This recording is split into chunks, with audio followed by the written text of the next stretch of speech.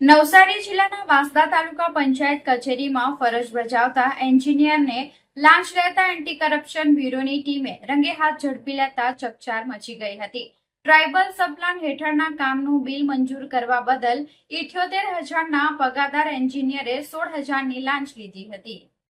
પ્રાપ્ત વિગત અનુસાર ફરિયાદીએ વર્ષ 2025માં ટ્રાયબલ સબ પ્લાન યોજના અંતર્ગત ક્રિકેટનું ગ્રાઉન્ડ બનાવવાનું કામ કર્યું હતું। આ કામનું બિલ મંજૂર કરાવવા માટે ફરિયાદીએ ડિસેમ્બર 2025માં વાંસદા તાલુકા પંચાયતની બાંધકામ શાખામાં ફાઇલ રજૂ કરી હતી। આ કામના એન્જિનિયર તરીકે ફરજ બજાવતા કૃણાલ મનુભાઈ પટેલ હાલ રહે નીલકંઠ સોસાયટી, રાણીફળિયા, તાલુકો વાંસદા, મૂળ રહે ભીનાર ગામ, તાલુકો વાંસદાએ ફેબ્રુઆરી 2026માં 4,61,694નું બિલ મંજૂર કરી આપ્યું હતું।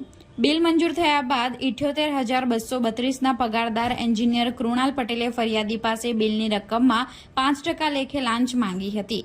શરૂઆતમાં 23,000ની માંગણી કરવામાં આવી હતી, જોકે રકઝક બાદ આખરે 16,000માં નક્કી થયું હતું, પણ ફરિયાદી લાંચ આપવા માંગતા ન હોવાથી વલસાડ એસીબીનો સંપર્ક કરી ફરિયાદ નોંધાવી હતી।